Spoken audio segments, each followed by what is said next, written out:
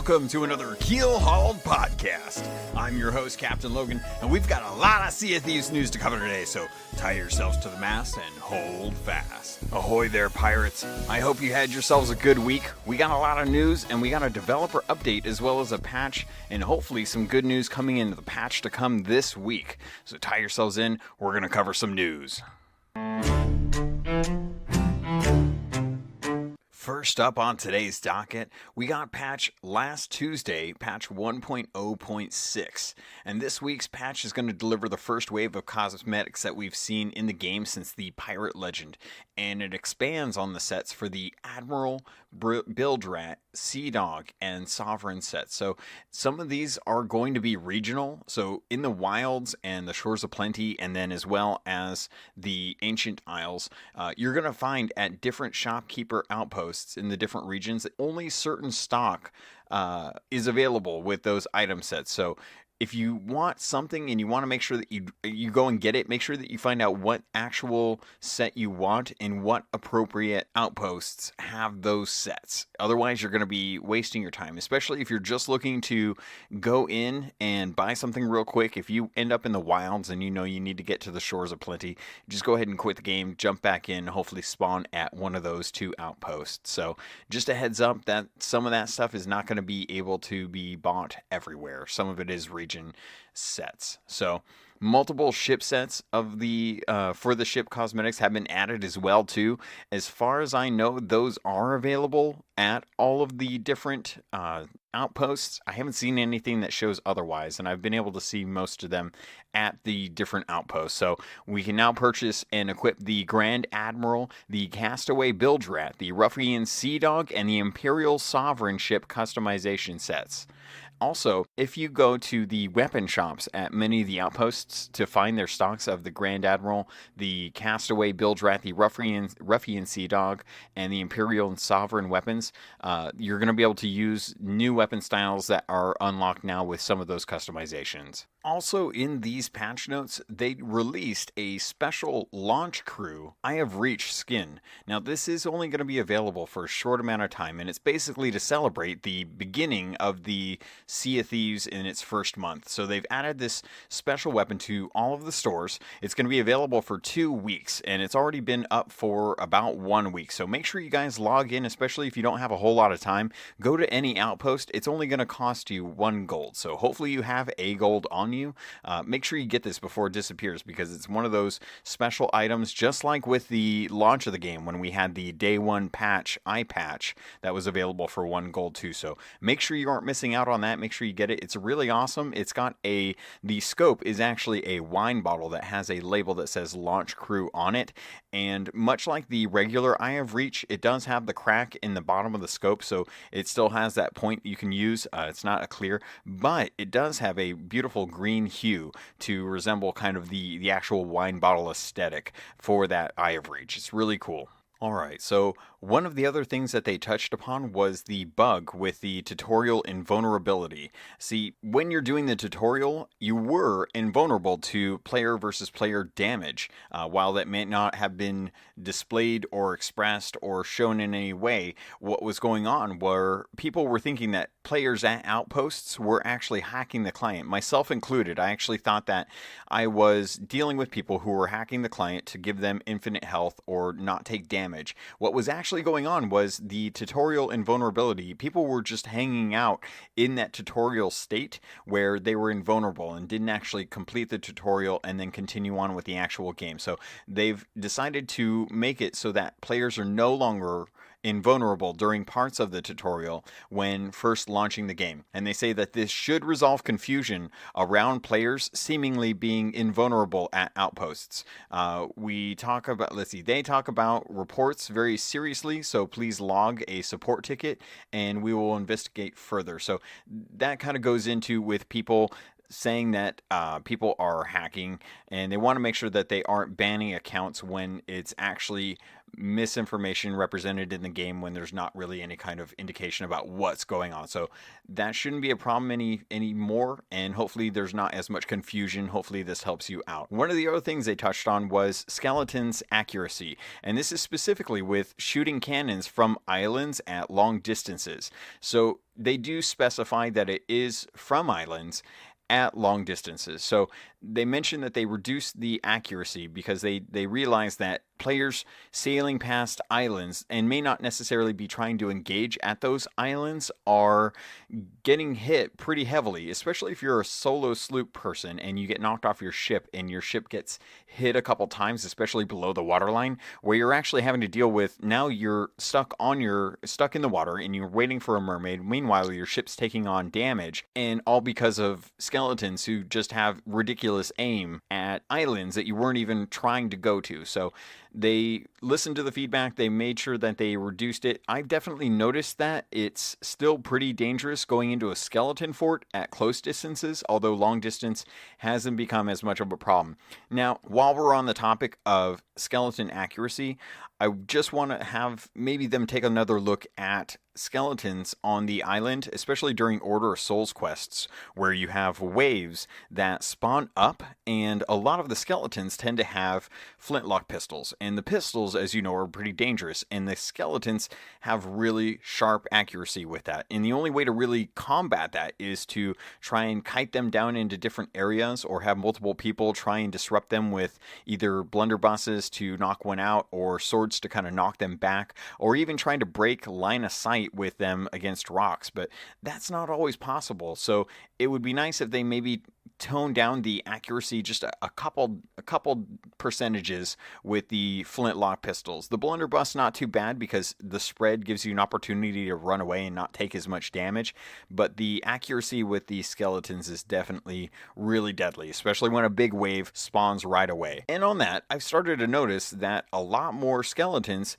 seem to be popping up on islands more frequently, and I don't know if this is something that's leading up to the upcoming patch, or if this is just my own anecdotal evidence to kind of support my theory that that's what's going on. So maybe take another look at the skeletons on the island as opposed to the ones shooting at us from afar. So this was something that I didn't realize was happening until pretty late to the game, but apparently people were forcing merchant voyage quests to request a delivery to a specific outpost.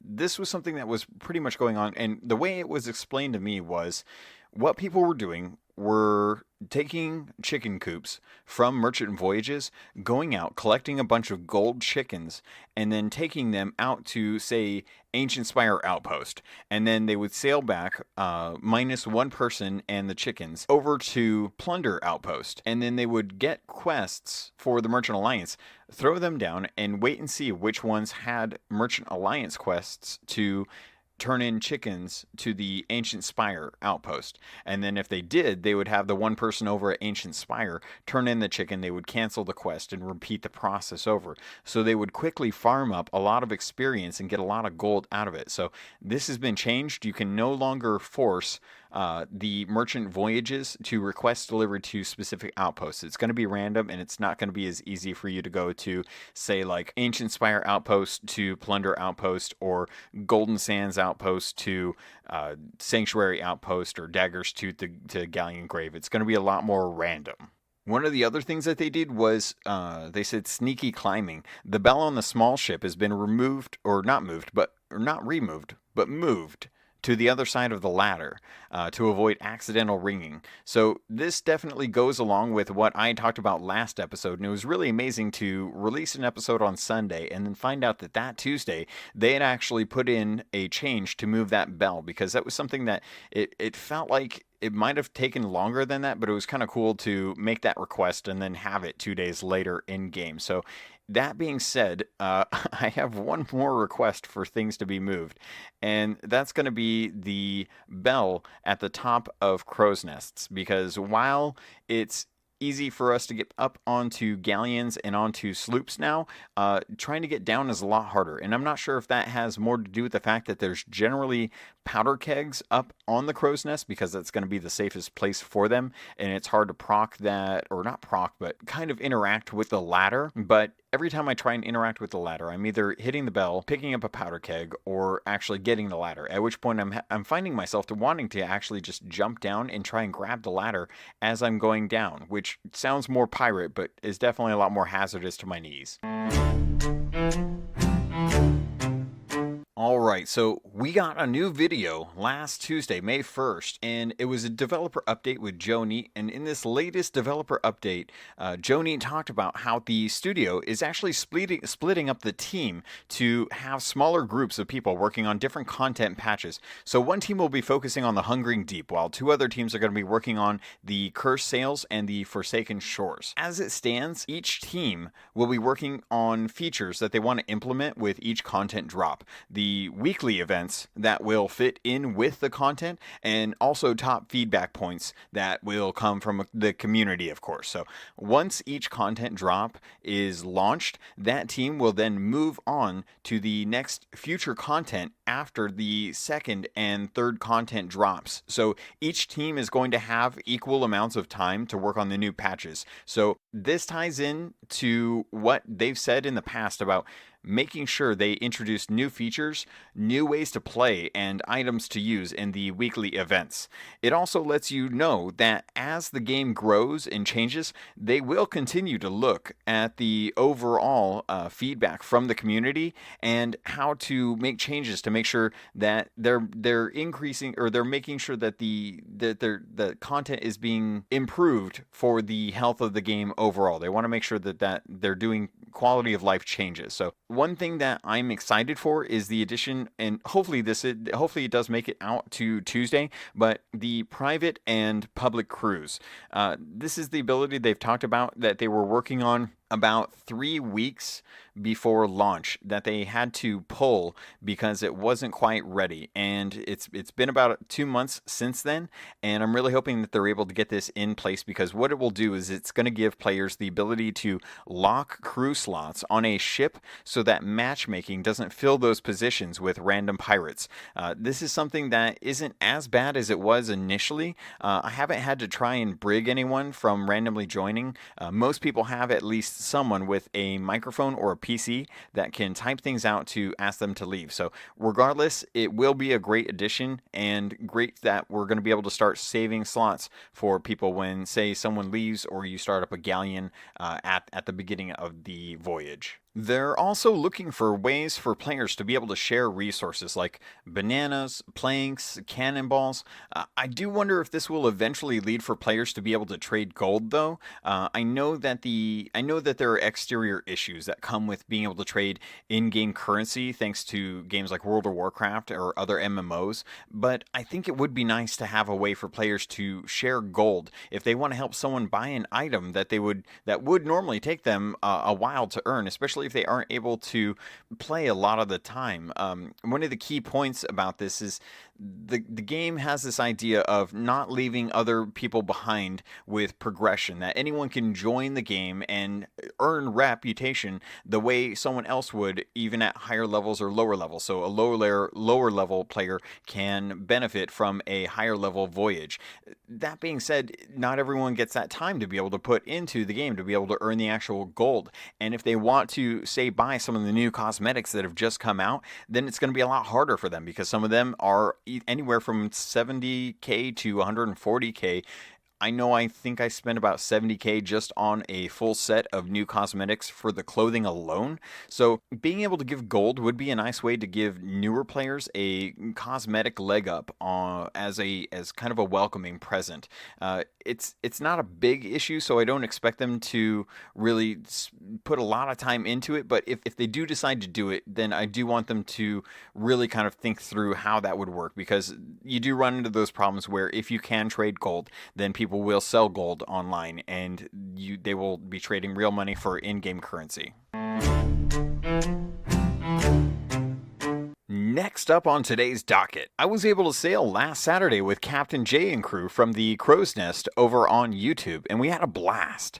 We got to talk a lot about the Hungering Deep and what it could mean for us, or what it means to us. And there's a good chance, if you're listening to this, that the Hungering Deep content is already out. So if this isn't 100% correct, forgive me. We chatted a lot about merpeople inhabiting shipwrecks in areas around the world that have hidden caverns or coral. Some of us thought that there was a good chance that it was going to be a large beast, something the size of a whale or a megalodon. And one of my chatters from my stream suggested something that would fit the timeline based on how long they've been working on it. And it's something that people have been asking for since release. All of the Kraken. All of it.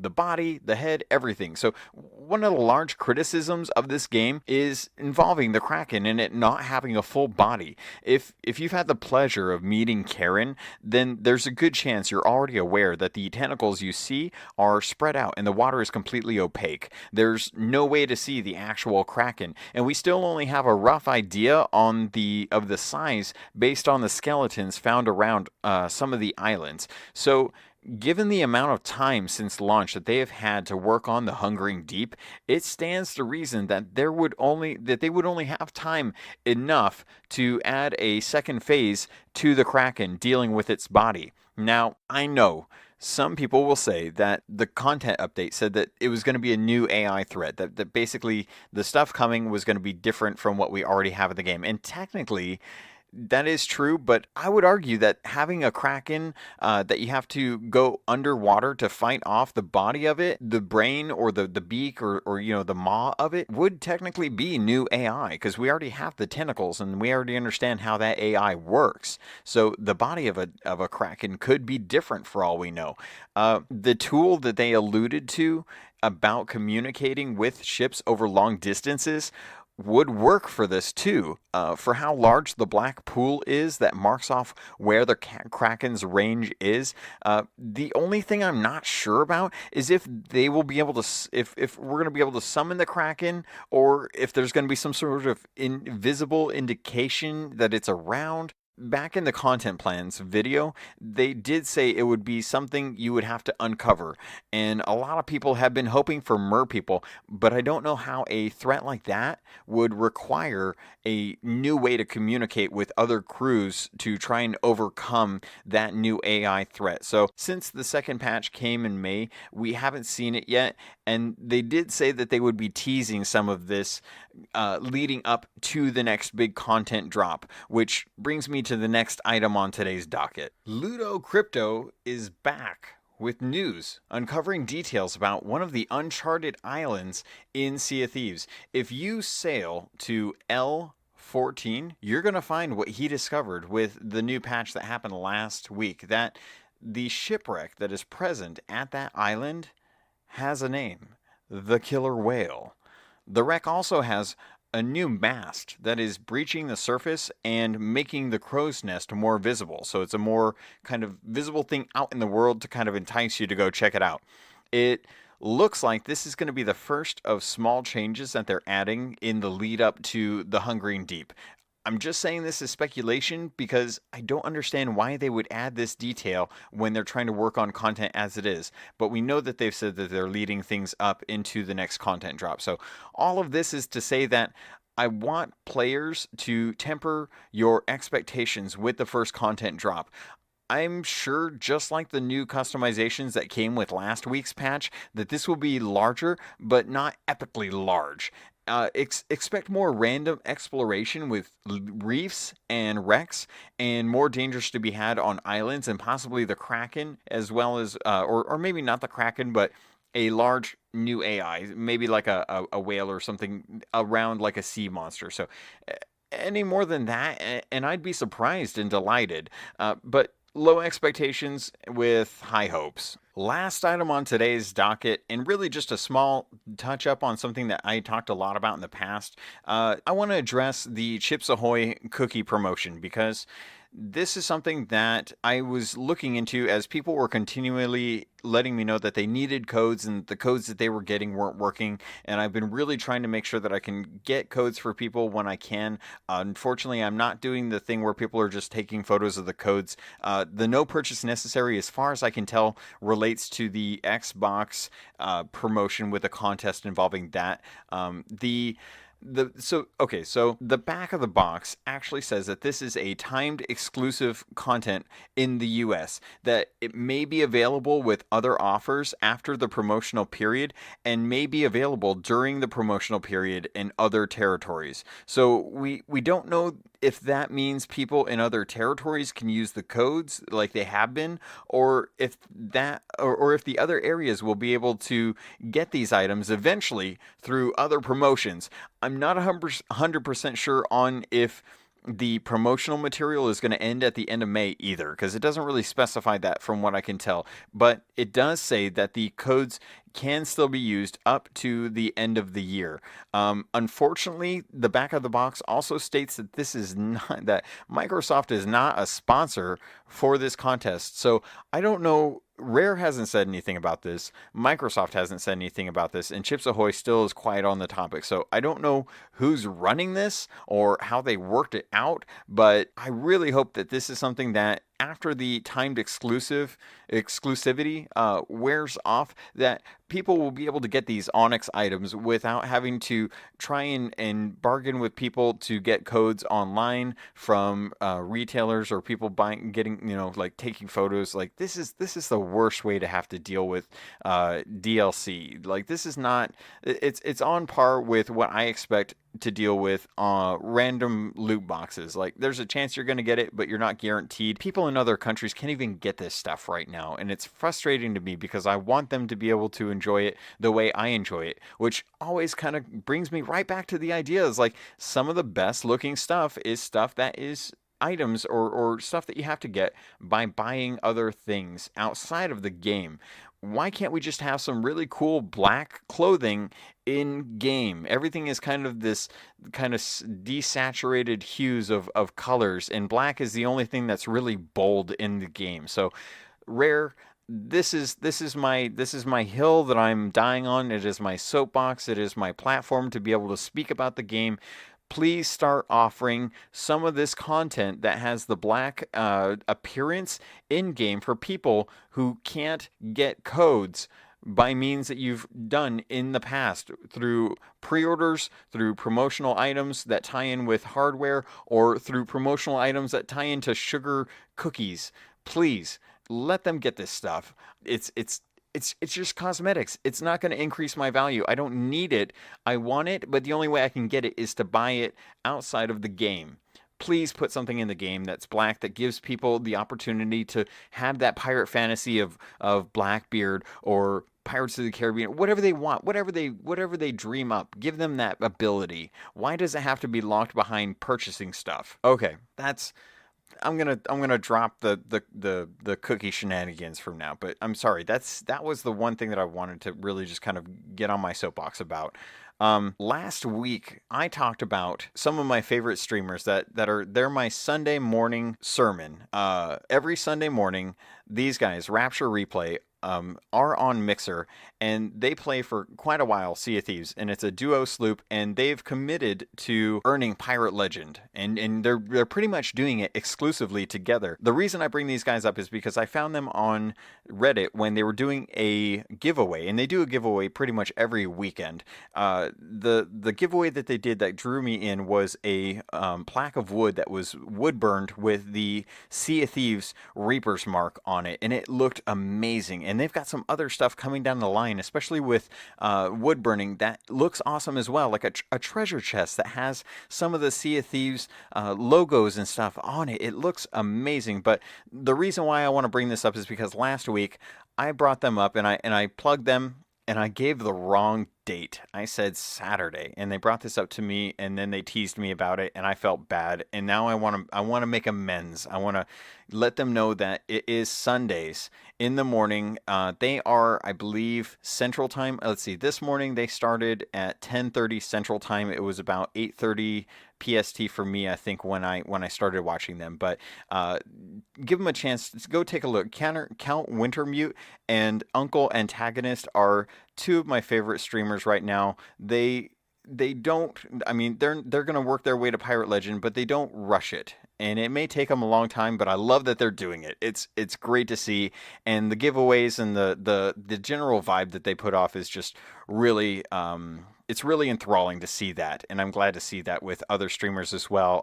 Frosty E, who is now he's now referred to as Banana Bandit. He's hilarious, as well as his crew. So I really love seeing all the different community members come out, and this community is really beautiful, and I'm so grateful that I get to be a part of it, because I see the toxicity in other games, and I feel bad for content creators that have to try and talk around those topics, especially ones that are employed by the company. I feel bad because I know that they have opinions about the game, and they don't get to necessarily express them without maybe hurting some of their relationships. And while I may not have a relationship with Rare outside of the game, I'm glad that I feel like I can talk about this game in a way that is trying to be constructive without being negative, because everything in this game is still amazing, and it's still great to actually get to play this game on a day-to-day basis, and I can't wait to see what's coming down the line. I just want to make sure that I don't get myself overhyped about stuff, because I can do that very easily. Just all the different things I have in my head about things that could possibly come to the world, and I'm looking forward to seeing how that develops, and maybe share some of that with them